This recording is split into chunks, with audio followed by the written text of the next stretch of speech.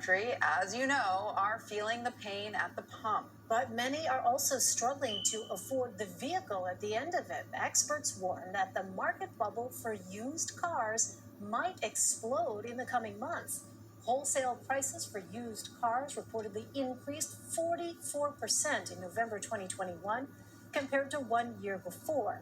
KPMG firm claims decades of data from prior years, quote, show nothing compared to this unprecedented spike. So joining us now is Lisa Bielfus-Popeo. She's a senior writer for Barron's.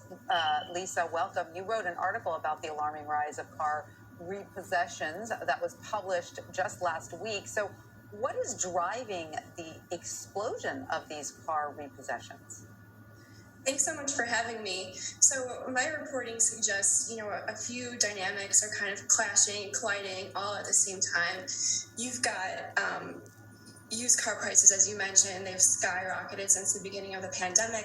That's in part because the price of new cars has gone up a lot, but the supply of new cars hasn't been able to meet demand because of a chip shortage and other shortages that have come up since the beginning of the pandemic. So you've got used car prices skyrocketing and people having to borrow more and more in order to actually get their hands on a car. At the same time, you had a lot of people over the past 2 years, because of some of the pandemic aid programs, they had heightened income. And so because of, say, stimulus checks and debt forbearance, they had temporary pops of income. And banks, according to my reporting, weren't really doing income verification the way that they have in the past. So you've got people borrowing more. There's a metric in the industry called loan to value, LTV. And I've heard that some of those were as high as 140%, meaning people are really underwater at a time when inflation is, people's incomes on an inflation adjusted basis are falling.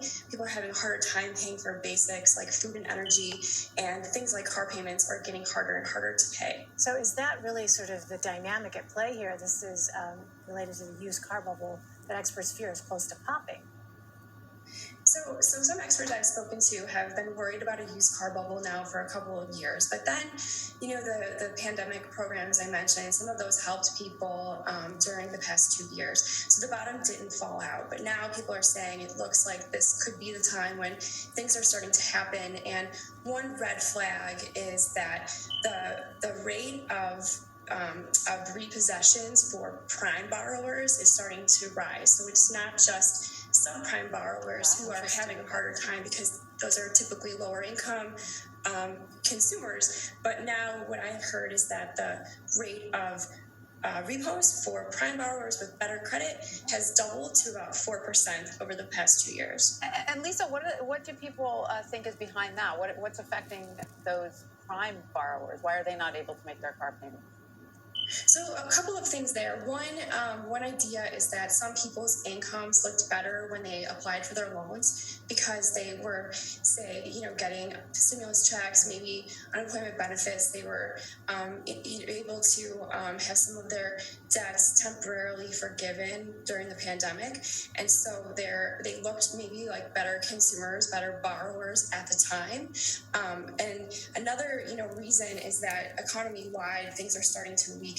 We're seeing a tick upward in layoffs. There's a weekly report that comes out today. We saw a tick up in layoffs, and yesterday's consumer price index showed that we have another 40-year high in consumer price inflation. People are getting hit with higher prices.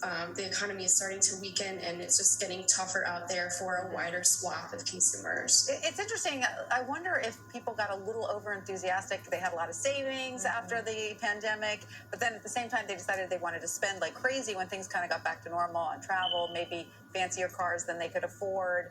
Maybe all of a sudden, there was a lot of spending that happened. They were ready to spend. Right? And I wonder, with that in mind, Lisa, you mentioned the chip shortage, for instance, earlier. What do you think actually needs to happen then to get things to a state of normalcy in the auto industry, and how long do you think that's going to take? Yeah, I think those are great points about spending and a great question about how and when we return to normal. As we know, the Federal Reserve started raising interest rates earlier this year for the first time in a long time, started to undo some of the pandemic stimulus. Now the Fed more recently has gotten a lot more aggressive and is expected to stay so, especially after yesterday's CPI report showing prices are up across the economy at 9%, more than 9% from a year ago. So I think that the rapid rise in interest rates is affecting things like car loans, people having to pay more interest on their loans. That should cool demand. At the same time, we've got lingering supply issues that it's unclear when some of those will resolve. One bright spot, is anecdotal, but one thing I have heard in the course of my reporting is that the chip shortage is not nearly as bad as it was, say at the beginning of the year. I've done some calling around just to kind of see. I called dealers last week before I wrote my story, and it's a mixed bag as far as I can tell. Maybe not as bad as it was, but it's not over. So I think that there's progress. Demand is cooling. It's a double-edged sword. It should lower prices for certain things, including cars. At the same time, it's getting harder for people to pay for things. It's such a constellation of factors, really also critical to our economy. Well, Lisa Belfast-Popillo, thank you so much for sharing your insight with us. We really appreciate it. Thanks so much for having me. Omen is warning that the car repo crisis is just getting started and that things are going to get a lot worse. We're going to tell you why. Prices are up, according to an Arizona towing company. Now, first, let's just put the obvious out there. We had a crazy bubble happen with car and truck prices because of shortages, because of panic and FOMO. People worried that vehicle prices were just going to go up, that we were headed into car and truck hyperinflation. So people went out and paid whatever they could for. They got approved for the biggest loan possible using 6, sometimes even 7, 8-year financing terms, which is completely crazy, especially during the years 2020 and 2021 when the shipping ports were very restricted, when there were backups, the chip shortages. All that led to a shortage of vehicles and caused a mania in the purchasing of vehicles and these prices. But something that this car repo man put out there that is very not talked about very much at all, and that's relationships are crumbling. He says a large percentage of the cars that he's repossessing is because of splitting, relationships, people splitting up, divorces, separations, and all that.